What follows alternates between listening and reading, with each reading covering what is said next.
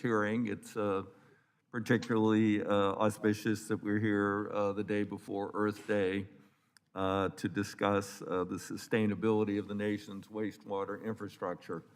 I remember when the Willamette River in Oregon was an open sewer. It's now a source of drinking water, and it is a fabulous recreational amenity, and we're finally opening up my largest city down to the river with a fabulous new waterfront park, which will be heavily utilized. But in the old days, you wouldn't have wanted to go down there.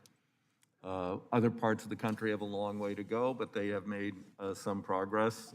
In DC, they used to have signs saying if you made contact with the water or fell into the water, you needed to go to the hospital.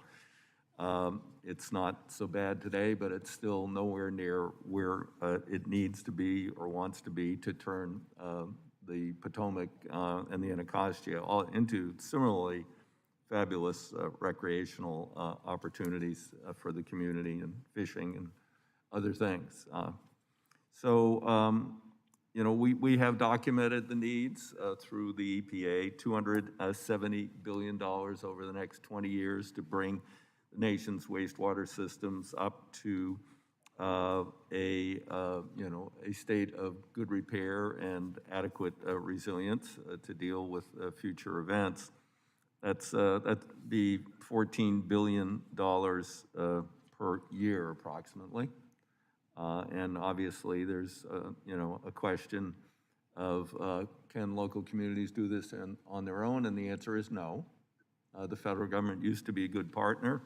When I was a county commissioner, we got a 75% federal match because polluted water does not observe either city, state, county, or even international boundaries. So it is a problem that needs to be dealt with a national strategy. And as the ranking member pointed out, that some of the ambitious programs to clean the water are burdens on small communities, and we need to partner with those communities and help them to meet these challenges. Last year, the appropriators they put into the Clean Water SRF $1.6 billion. That would be somewhere around 10%, 12% of the annual need. So we are nowhere near where we need to be. We held the hearing in February where we documented the fact that many local communities can't do this. Again, especially small, rural, economically disadvantaged. They just don't have revenues. They don't have a sufficient number of ratepayers to bear the costs and the burdens. So, if we remain committed, then we can get there is with a new, robust federal commitment to cleaning up our wastewater. And at the same time, as we do it, we have great opportunities to transform and modernize. We had testimony in the last Congress in January, February from a wastewater district in New Jersey that had to rebuild their system. Electricity is really expensive in New Jersey.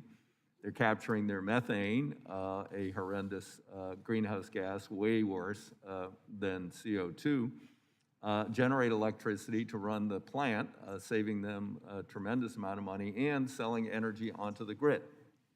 So how about that? We're dealing with climate change, a horrible pollutant, methane.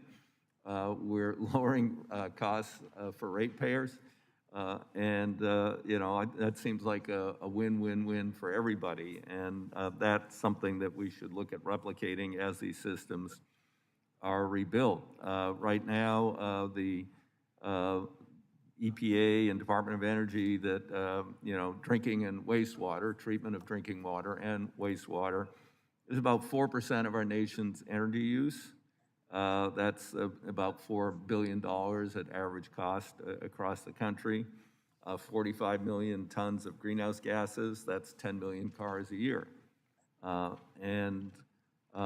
There is way more methane in the wastewater and escaping from the wastewater than we need for the treatment. And that could be, as I said, could be trapped and could become a generation for electricity and reduce the destructiveness of the methane in the atmosphere.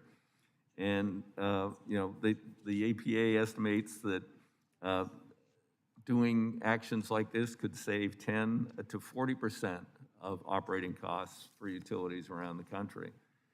And, the other issue is, of course, the resilience of these facilities. Severe weather events, floods, overtopping submerging systems, sea level rise, challenging systems in coastal areas. In 2020, the U.S. Government Accountability Office studied the resiliency of water and wastewater and recommended that one of the recommendations to us, to Congress, was that we should consider requiring that climate resilience be considered or be part of planning for any federally funded wastewater or water infrastructure projects. We don't want to pour money into outdated, inefficient infrastructure that is not going to meet the challenges of the future. Instead, we need, as we do in service transportation, we need to begin to build out a 21st century wastewater, drinking water infrastructure to better meet the needs, the health of the American people and the economy. With that, I yield back the balance of my time. Thank you, Mr. Chairman. I